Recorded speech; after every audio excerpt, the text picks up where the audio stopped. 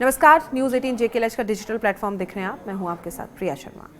चीन में सत्ता और समाज के बीच टकराव एक बार फिर खुलकर सामने आया। राष्ट्रपति शी जिनपिंग के नेतृत्व में चीनी कम्युनिस्ट पार्टी ने ऐसे तमाम कदम उठाए हैं जिनसे ये संदेश साफ होता है कि सरकार किसी भी तरह की असहमति, विरोध या स्वतंत्र आवाज को बर्दाश्त करने के मूड में नहीं है। मजदूर हो, छात्र हो, मानवाधिकार वकील हो या सोशल मीडिया पर सवाल उठाने वाले आम नागरिक, हर उस वर्ग पर शिकंजा कसा जा रहा है जो सरकार की नीतियों पर सवाल खड़ा करता है। और यही वजह है कि चीन पर एक बार फिर ये आरोप तेज हो गया है कि वहां बोलने वाली हर आवाज को खामोश किया जा रहा है। पिछले कुछ सालों में चीन में मजदूर आंदोलनों पर सबसे ज्यादा दबाव देखने को मिला। फैक्ट्रियों में कम वेतन, लंबी ड्यूटी, सामाजिक सुरक्षा की कमी, अचानक छंटनी के खिलाफ आवाज उठाने वाले मजदूरों को या तो गिरफ्तार कर लिया गया है या फिर उन्हें कानून व्यवस्था के लिए खतरा बताकर चुप करा दिया गया है। स्वतंत्र ट्रेड यूनियनों पर पूरी तरह प्रतिबंध है और सरकारी यूनियन के अलावा किसी भी संगठन को अवैध माना जाता है। शी जिनपिंग की सरकार को डर है कि मजदूरों की संगठित आवाज आर्थिक असंतोष को राजनीतिक आंदोलन में बदल सकती है और छात्रों पर भी सरकार की नजर और सख्त हो गई है।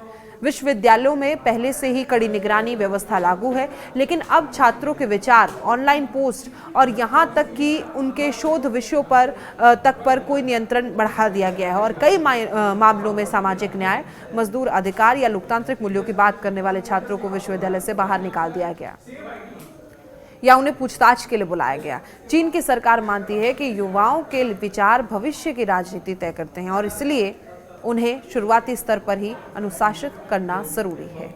मानवाधिकार वकीलों पर कार्रवाई चीन की दमनकारी नीति का सबसे खतरनाक पहलू माना जाता है। ऐसे वकील जो सरकार के खिलाफ मामलों में पीड़ितों का पक्ष रखते हैं, उन्हें देशद्रोही, विदेशी एजेंट या कानून का दुरुपयोग करने वाले करार कर दिया जाता है और कई वकीलों को बिना मुकदमे के हिरासत में रखा गया, उनके लाइसेंस रद्द कर दिए गए, उनके परिवारों को भी डराया धमकाया गया और इसे साफ संदेश दिया जा रहा है कि कानूनी लड़ाई के रास्ते से भी सत्ता को चुनौती नहीं दी जा सकती।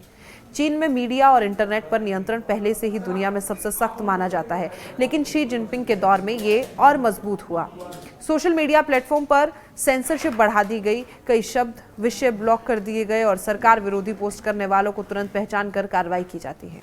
आर्टिफिशियल इंटेलिजेंस और सर्विलांस टेक्नोलॉजी के जरिए आम नागरिकों की गतिविधियों पर नजर रखी जा रही है और इसका मकसद सिर्फ सूचना रोकना नहीं, बल्कि डर का ऐसा माहौल बनाना है कि लोग खुद ही चुप रहना बेहतर समझें। हांगकांग इसका सबसे बड़ा उदाहरण बन चुका है। कभी अभिव्यक्ति की आज़ादी का प्रतीक रहे हांगकांग में राष्ट्रीय सुरक्षा कानून लागू होने के बाद विरोध प्रदर्शनों, स्वतंत्र मीडिया और विपक्षी राजनीति का लगभग अंत हो गया। छात्र नेता, पत्रकार, एक्टिविस्ट या तो जेल में हैं या तो देश छोड़ने को मजबूर हुए हैं। बीजिंग ने साफ कर दिया है कि एक देश दो सिस्टम का मॉडल अब उसकी शर्तों पर ही चलेगा। तो सवाल उठता है कि शी जिनपिंग की मंशा क्या है।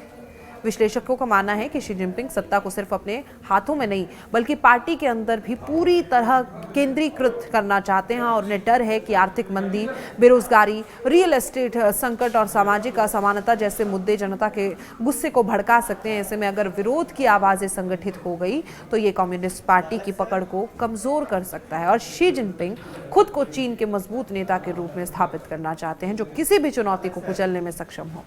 उनके लिए स्थिरता का मतलब कोई विरोध नहीं, कोई सवाल नहीं, सिर्फ आज्ञाकारिता है और यही वजह है कि राष्ट्रीय सुरक्षा, देशभक्ति और विदेशी साजिशों का हवाला देकर दमनकारी नीतियों को जायज ठहराते हैं।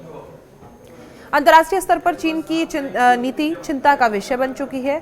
मानवाधिकार संगठनों और पश्चिमी देशों का कहना है कि चीन आर्थिक ताकत के दम पर अपने अंदरूनी दमन को छिपाने की कोशिश कर रहा है। हालांकि चीन इन आरोपों को सिरे से खारिज करता है और इसे आंतरिक मामला बताता है और कुल मिलाकर चीन के मजदूरों, छात्रों और वकीलों पर बढ़ता दबाव ये दिखाता है कि शी जिनपिंग असहमति को जड़ से खत्म करना चाहते हैं और ये नीति अल्पकाल में सत्ता को मजबूत कर सकती है, लेकिन लंबे समय में सामाजिक असंतोष को और गहरा कर सकती है। और सवाल यही है कि क्या डर और नियंत्रण के बल पर इतने बड़े देश को लंबे समय तक स्थिर रखा जा सकता है या फिर दबाई गई आवाजें किसी दिन और जोर से फूटेगी? यही चीन के भविष्य का सबसे बड़ा अनसुलझा सवाल है। आपको ये खबर कैसी लगी कमेंट बॉक्स में जरूर बताएं। चैनल को सब्सक्राइब करें। मुझे दीजिए इजाजत। नमस्कार।